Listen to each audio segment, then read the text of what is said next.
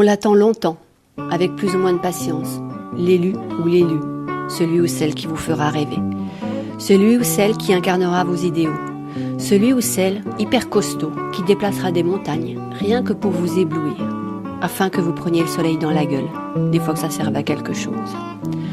Le Bruce qui grimpera au sommet d'un immeuble en flammes pour vous conquérir. Le quai nu dont le souple corps de rêve évite élégamment les balles. Oui, je sais, elles sont virtuelles les balles, mais quand même, c'est des balles calibre 12,76 d'un Matrix Slug spécial semi-automatique. Et que dire d'Angelina, qui défend son château toute seule, en se balançant suspendue par un bras au bout d'un filin. Un filin qui, je vous le rappelle, a été préalablement installé en vue d'une peu probable invasion extra méchante, tout en abattant les intrus en mouvement, avec un gros flingue hyper lourd dans le prolongement de son bras de sous-alimenté.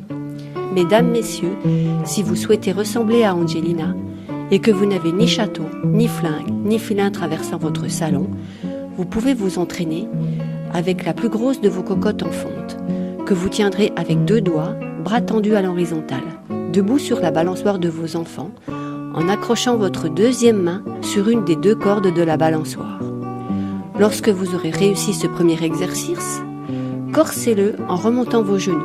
Si vous le souhaitez plus élégant, maintenez vos 2 jambes tendues à l'horizontale. Revenons à notre élu, celui ou celle qui vous promettra le beurre, l'argent du beurre et la triple dose sur les épinards.